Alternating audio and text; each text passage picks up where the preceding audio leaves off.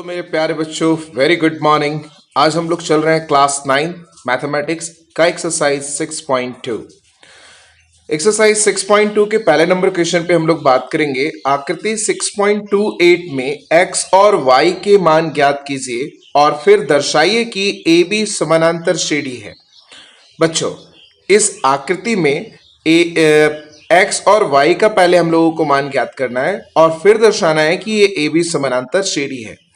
बच्चों, इन दो रेखाओं को समानांतर करने के लिए हमारे पास सिर्फ एक ही नियम है कि हम ये एकांतर अंतःकोणों यानी एक्स और वाई का मान इक्वल करके दिखाएं। उसके पहले हमें एक्स और वाई का मान निकाल करके दिखाना है। आइए बच्चों, इसके हल पर हम लोग चलते हैं। बच्चों, दिया हुआ है कि ये 50 डिग्री का कोण है, ये x का मान ज्ञात करना है। बच्चों, आप लोगों को याद होगा कि यदि एक किरण एक रेखा पर खड़ी हो तो इस प्रकार बने दो आसन कोणों का योग 180 डिग्री होता है।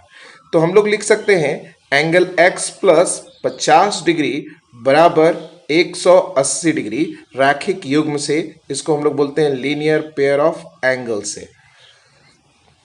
अब ये 50 प्लस में उधर जाकर माइनस में, तो हमारा x का जो वैल्यू आ जाएगा 180 डिग्री माइनस 50 डिग्री बराबर 130 डिग्री।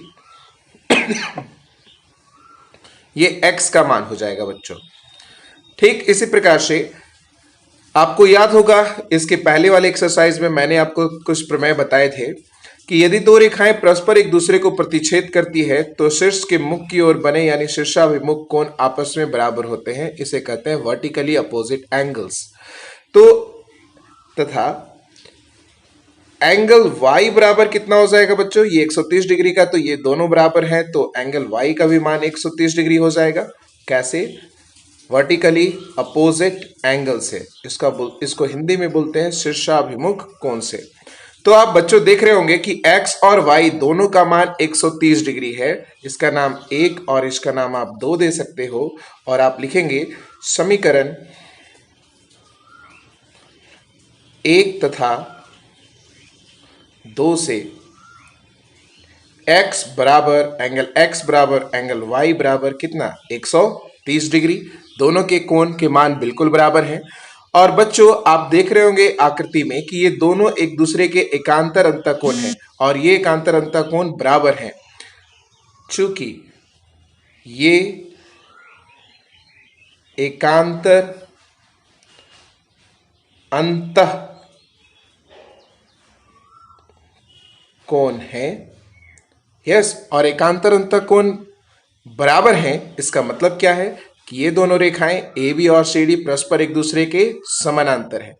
इसलिए ए बी समानांतर सी डी होगा। प्रूव्ड।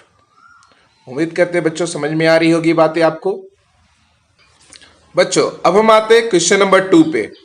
क्वेश्चन नंबर 2 कहता है आकृति 6.2 में यदि ए बी समानांतर सी डी और सी डी समानांतर ई एफ है और y अनुपात z का मान 3:7 हो तो x का मान ज्ञात कीजिए। बच्चों, आप लोगों को हम लोगों ने लास्ट थ्योरम में बताया था, आप देख रहे हैं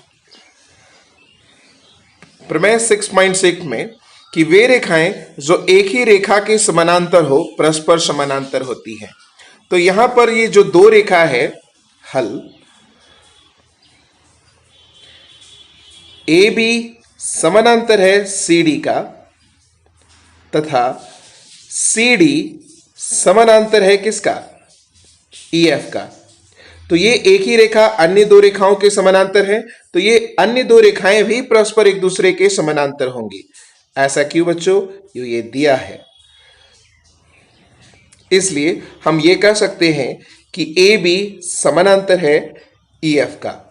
और जब दो रेखाएं ए बी और ई एफ समानांतर हैं और एक तिर्यक रेखा प्रतिच्छेद कर रही है तो x और z एक दूसरे के परस्पर एकांतर अंतःकोण होंगे और ये एकांतर अंतःकोण एक दूसरे से बराबर होंगे। अर्थात कोण x बराबर होगा कोण z से। ये कैसे होगा? अल्टरनेट इंटीरियर एंगल से, एकांतर अंतःकोण से। बच्चों, साथ ही आपके पास क्या है? तथा y अनुपात z का मान जो क्या दिया हुआ है 3:7, तो मानकर चलते हैं कि y और z का जो अनुपात का जो गुणज है वो x है। तो जब y और z के अनुपातों का गुणज x है तो y का मान क्या आ जाएगा 3x। इसको k मानकर चलिए क्योंकि ऑलरेडी x इधर यूज हो चुका है, तो इसको 3k मानकर चल रहे हैं। और z का मान क्या हो जाएगा 7k।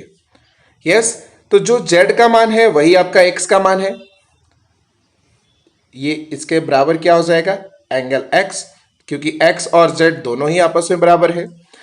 अब आप क्या देख रहे हो बच्चों कि ये दो x और y तिर्यक रेखा के एक ही ओर के अंतःकोण है, और आपको ये पता है कि जब दो समांतर रेखाओं को एक तिर्यक रेखा प्रतिच्छेद करती है तो तिर्यक रेखा के एक ही ओर के अंतःकोणों का योग 180 डिग्री का होता है।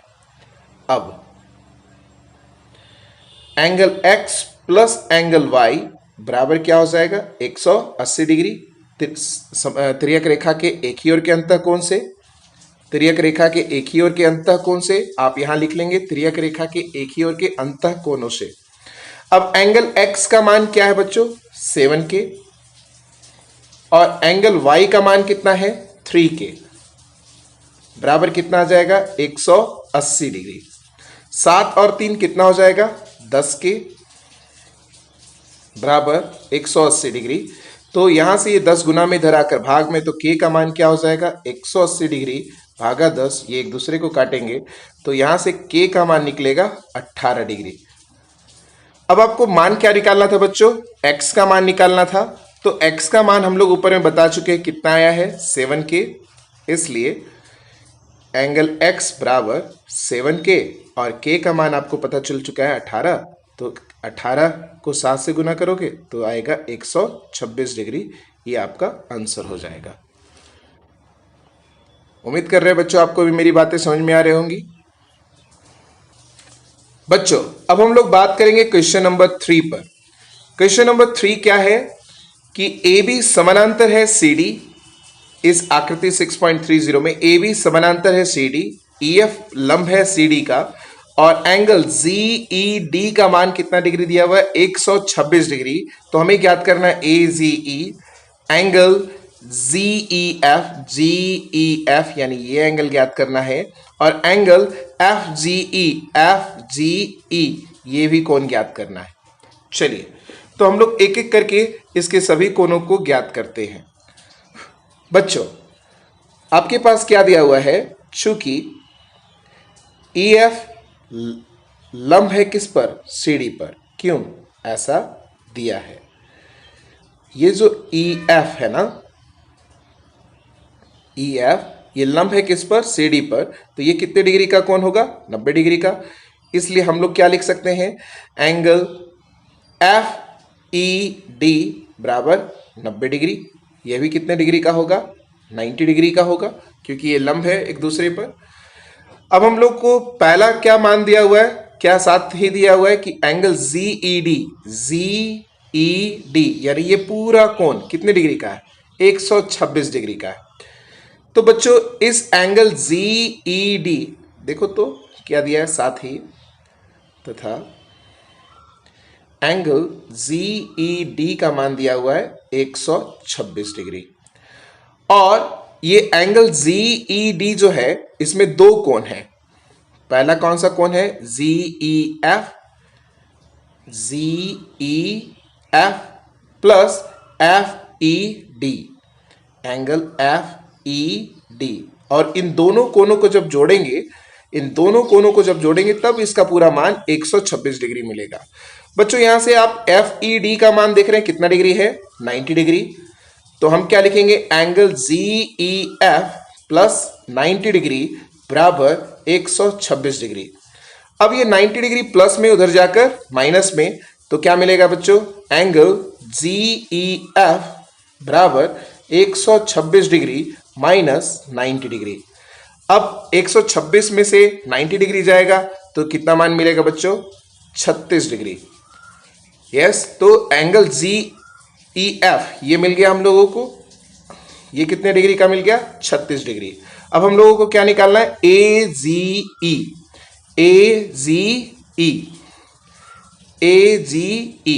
बच्चों चूंकि ए बी समानांतर है किसका? सी डी का। ऐसा क्यों दिया है? और ए बी समानांतर सी डी ये दिया हुआ है, और अगर जब ये दो रेखाएं परस्पर एक दूसरे के समानांतर हैं तो ये दोनों एकांतर अंतः कोण होंगे। AGE और GED एक दूसरे के एकांतर अंतः कोण होंगे। इसलिए एंगल AGE बराबर होगा एंगल GED का। और आपको आपके प्रश्न में दिया है कि GED का मान कितना है? 126 डिग्री। तो बराबर हम क्या लिखेंगे? 126 डिग्री। ये कैसे बराबर हुआ? अल्टरनेट इंटीरियर एंगल से एकांतर अंतः कोण से। अल्टरनेट इंटीरियर एंगल कब इक्वल होते हैं? जब दी गई रेखाएं परस्पर एक दूसरे के समानांतर हो। इस तरह से दो कोण हमें प्राप्त हो गए। तीसरा निकालना है FGE। बच्चों तीसरा आपको खुद से निकालना है। FGE इस कोण को ज्ञात करना है। आप देख रहे बच्चों कि इस त्रिभुज में आपको दो कोण ज्ञात हैं, तो तीसरा कोण आप आसानी से ज्ञात कर सकते हो, क्योंकि आपको पता है कि तीनों कोणों का योग 180 डिग्री का होता है। इसमें से दो कोण पता है, तो तीसरा कोण आप ज्ञात कर सकते हैं। ये आपका होमवर्क है। Thank you so much everyone.